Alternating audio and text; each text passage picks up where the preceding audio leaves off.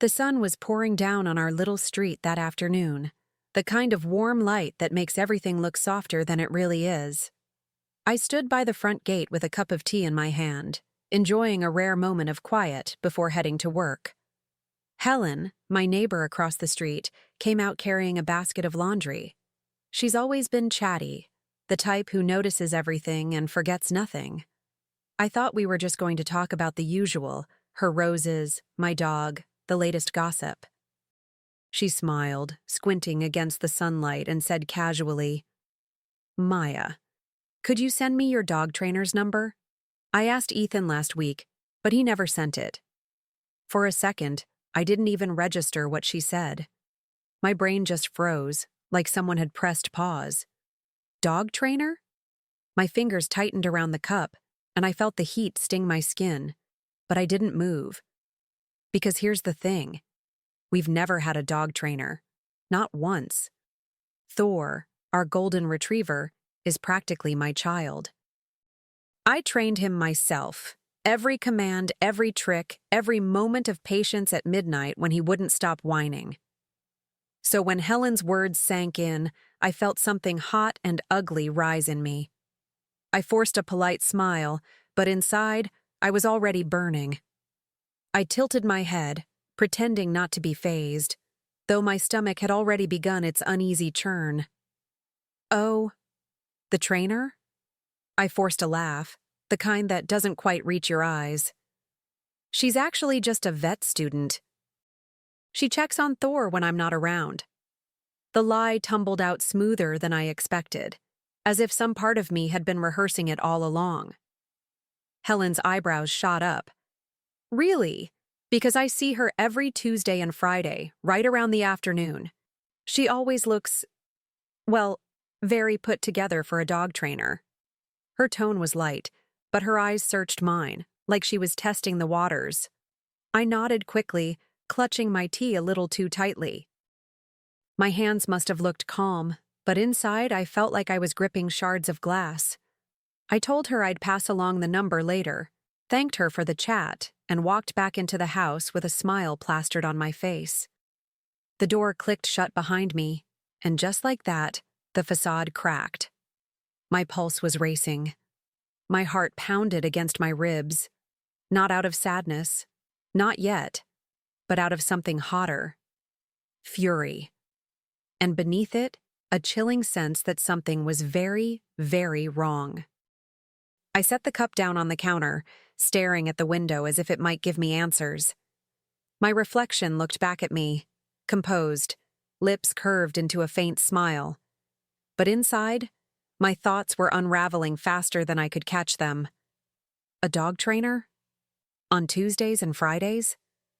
Those just happened to be the only days I wasn't home. It was too perfect to be a coincidence, and I knew it. For weeks, Ethan had been so insistent that I go into the office instead of working from home, even when I said I could easily finish things remotely. He called it good for my focus. I had brushed it off, trusting him, never questioning his motives. Now, with Helen's words echoing in my head, that trust felt like sand slipping through my fingers. Still, I couldn't let anyone, least of all Helen, see me crack. So I held my head high, thanked her again, and went inside as if nothing had happened. But when I closed the door and leaned against it, the smile disappeared. My mind was already racing, piecing together patterns, moments, and excuses that suddenly didn't add up. Something in me shifted that day, and without saying it aloud, I knew exactly what I had to do next. That night, I lay in bed staring at the ceiling, listening to Ethan's even breathing beside me. He slept so peacefully, as if nothing in the world weighed on him. Meanwhile, my thoughts spun in a loop, circling back to Helen's words again and again. Tuesday, Friday, always the same days, always when I wasn't home. It was too precise, too rehearsed to be chance. I started retracing the last few weeks in my mind. The sudden insistence that I go into the office, even though my boss had no problem with me working from home. The way Ethan had been oddly cheerful on those mornings, pressing a quick kiss on my forehead and urging me to leave early. At the time, I thought he was just being supportive. Now, I wondered if he was pushing me out the door for someone else to walk in. I tossed and turned, the sheets twisting around my legs like ropes. Every time I closed my eyes, I saw her, the so-called dog trainer, sitting in my living room, sipping wine with my husband. The thought made me sick, but it also sharpened something inside me. If Ethan was lying, I wasn't going to confront him blindly. No, I'd need proof. And I had the perfect idea for how to get it. The next morning, I paid closer attention. As I sipped my coffee, Ethan leaned against the doorway, tie half done, and casually suggested, "Maybe you should head in early today, get a head start." His voice was too sweet, too eager, and for the first time, I didn't just nod along. I watched the way his eyes darted to the clock, almost as if he was waiting for something. On the drive to the office, I kept hearing Helen's voice in my head, replaying that word, trainer. My mind wandered back to those Tuesdays and Fridays. How many times had Ethan rushed me out, only for me to come home to a freshly vacuumed rug and a bottle of wine missing from the rack? I'd chalked it up to him treating himself, but now I wasn't so sure. By lunchtime, I was restless, tapping my pen against the desk until my coworkers shot me annoyed glances. I couldn't shake the image of that unknown car parked out front. If someone really was visiting him, then I needed to catch them. And if Ethan thought I'd keep playing the naive wife who smiled and swallowed lies, well, he was about to learn just how wrong he was. That evening, while Ethan chatted aimlessly about his day, I watched him instead of listening. The way he guarded his phone, turning the screen away when messages popped up, was different now. He laughed a little too hard at his own jokes, as if he were already living in another world, one I wasn't invited to. My gut twisted tighter with every glance he avoided. When I asked how his trainer search was going, he waved it off. "Don't worry about it, babe. I've got it handled." His tone was casual, but his jaw was stiff, his hand gripping his glass like he needed the wine more than air. I nodded, murmured something supportive, but inside I was screaming. He thought I was blind. He thought I was too comfortable, too trusting to notice. That night, I sat by the window long after he'd fallen asleep again. The street was quiet, the moon casting shadows across the pavement. Tuesday and Friday, like clockwork. I felt the fire inside me grow, but I smothered it beneath a calm resolve. I wouldn't accuse. Not yet. If Ethan had turned our home into a stage for betrayal, then I would be the one to write the ending. And soon, very soon, I'd be ready to walk back through that door at just the right moment. Friday morning arrived, and Ethan was unusually chipper, humming as he buttoned his shirt. He kissed my cheek with a little too much relief when I told him I'd be working late at the office. "Don't wait up," I said lightly, hiding the fact that my suitcase was already in the trunk of my car. He didn't notice the way my hand trembled when I waved goodbye. At my desk, I tried to focus on emails, but every tick of the clock felt like it was mocking me. My coworkers chatted about weekend plans, but their voices were muffled, distant, as though I were underwater. My pulse was too loud in my ears, my stomach churning with dread and anticipation. By noon, I couldn't take it anymore. I grabbed my bag and left, telling my boss I had a personal emergency. The drive home felt like forever. Every red light stretched out, every passing car a possible witness to the storm building in my chest. As I turned onto my street, I spotted it immediately. A sleek black car parked right in front of my house. My hands tightened on the steering wheel. That car didn't belong to anyone on our street. My heart raced as I pulled up quietly, praying I was wrong, yet knowing deep down that I wasn't. I cut the engine and just sat there for a moment, gripping the steering wheel until my knuckles turned white. My breath came shallow, quick. Part of me wanted to back out, to drive anywhere else and pretend I hadn't seen that car. But another part, the part that had been quietly collecting the pieces all week, knew this was the moment I had been waiting for. I slipped my heels off, my bare feet silent against the pavement as I made my way up the driveway. The house looked so normal from the outside, curtains swaying gently in the summer breeze. But when I touched the doorknob, I felt a weight pressing on my chest, heavier than the August heat. My hand shook, but I forced it steady. If there was truth to Helen's words, I needed to see it with my own eyes. The lock clicked open, and I pushed the door slowly, careful not to let it creak. The familiar scent of lemon cleaner lingered in the air, too strong, like someone had rushed to cover something up. That's when I heard it. Laughter. Light, feminine, echoing through my living room. A glass clinked against another, followed by Ethan's deep chuckle. My pulse thundered as I crept closer, every step a battle between dread and determination. I paused at the corner of the hallway, my back pressed against the wall, trying to steady myself. My heart was racing so hard I thought they might hear it thudding from the living room. I could hear her giggle, light and playful, followed by Ethan's low murmur. My throat felt tight, like it was closing in on me. I'd been right all along. With one deep breath, I stepped forward. The scene unfolded in front of me like a cruel play. Ethan lounging on the couch, a glass of red wine in hand, and a young brunette perched far too close, her legs tucked under her, her smile a little too sweet. Their knees brushed. My stomach dropped. For a moment the world seemed to tilt, and all I could think was, so this is what betrayal looks like.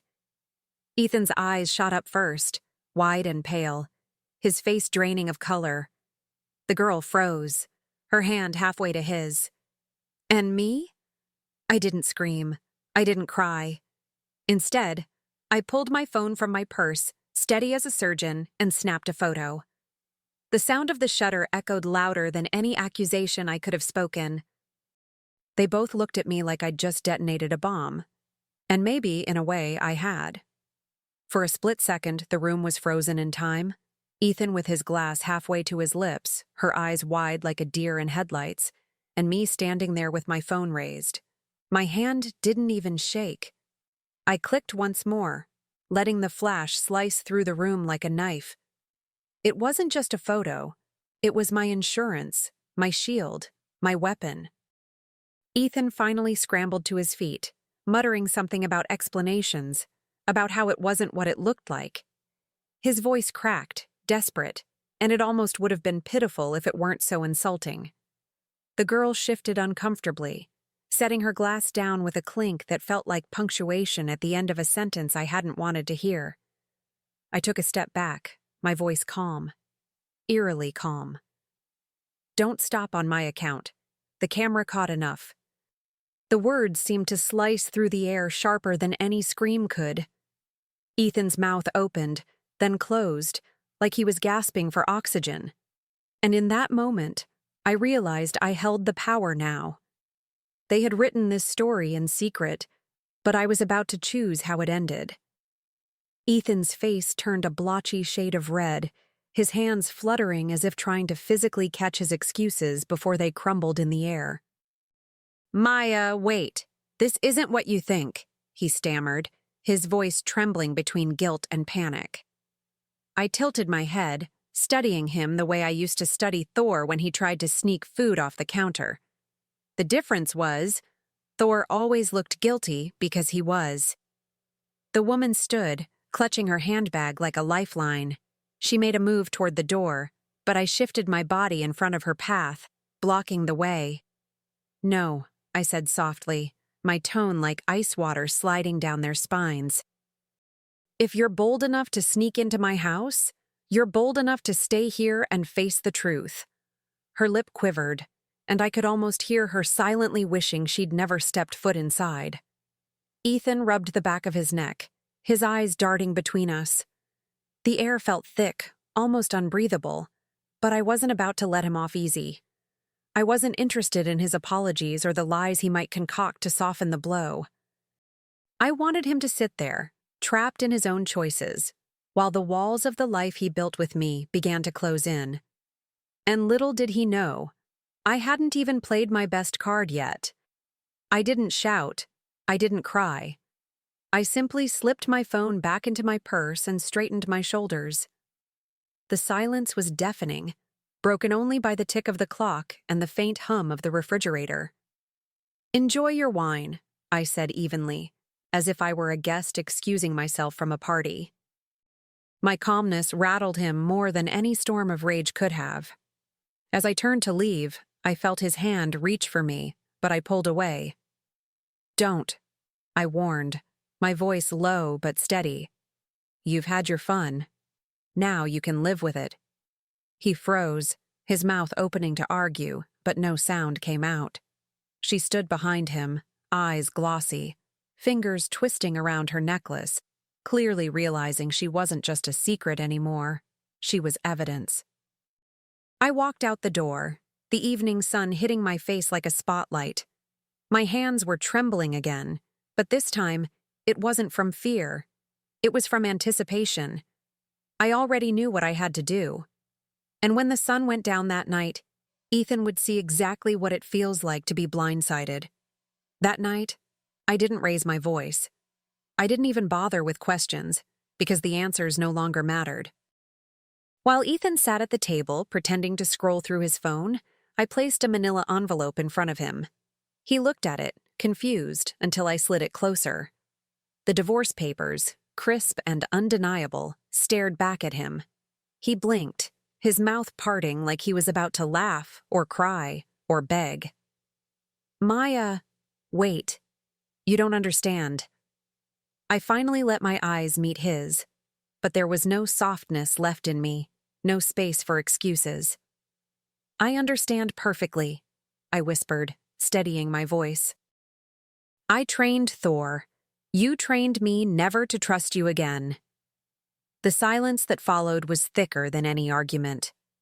Later, I sat at the edge of the bed, my suitcase open beside me, folding clothes with a calm I didn't recognize as my own. Thor curled up at my feet, resting his head on my knee, as if he already knew we were leaving. My phone buzzed with new messages, Ethan's family, his friends, all seeing the photos I had sent. I didn't even need to open them to know the storm that was brewing. But the real question was, what kind of life was I about to step into now? The fallout was swift. By the next morning, Ethan's phone wouldn't stop buzzing, but I didn't care to answer for him anymore. His sister's voice echoed through the hallway, sharp and furious, while his mother's texts poured in, filled with disappointment and disbelief. For once, they weren't questioning me. They were questioning him. The man who had always hidden behind charm and easy smiles suddenly had nowhere to hide. Thor and I slipped out quietly that weekend, leaving behind the house that no longer felt like home. I took what was mine, the things I had bought, the memories worth saving, and of course, my loyal dog who followed me without hesitation. The silence in my new apartment was different from the one I'd felt in our house. It wasn't heavy with suspicion. It was clean, calm, almost liberating. I spent my days working from the small desk by the window, the sunlight spilling across my laptop, Thor snoring softly at my feet. My evenings were my own again. I cooked what I wanted, watched the shows I loved, and learned how peaceful life could be when you're no longer waiting for lies. But the strangest part wasn't the quiet. It was how quickly freedom started to feel like home. And yet, there was still one more thing I had to do before I could truly close that chapter. The following week, I put on my favorite dress. Nothing flashy, just something that made me feel like myself again. Thor's leash dangled from my wrist as we walked down the street, the late afternoon sun painting everything in amber. I could feel my neighbor's eyes on me before I even looked up. Helen stood by her gate, folding laundry, just as she had that day when everything began to unravel. She gave me a small, sympathetic nod, the kind only another woman who's seen too much can give. I smiled back, faint but certain, like a promise whispered only to myself. Thor pressed against my leg, his tail swishing gently, grounding me in the present. For the first time in weeks, my chest didn't ache. The air felt lighter, fresher, almost as though the house itself had exhaled after holding its breath too long. I turned to Helen, pausing just long enough to let the quiet stretch between us. "No more trainers," I said softly, almost amused by my own words. "Just us." She tilted her head, as if she understood everything without me having to explain a single detail. And in that moment, as Thor tugged me forward, I realized this was only the beginning, because sometimes freedom isn't the end of a story. It's the spark that ignites a brand new one.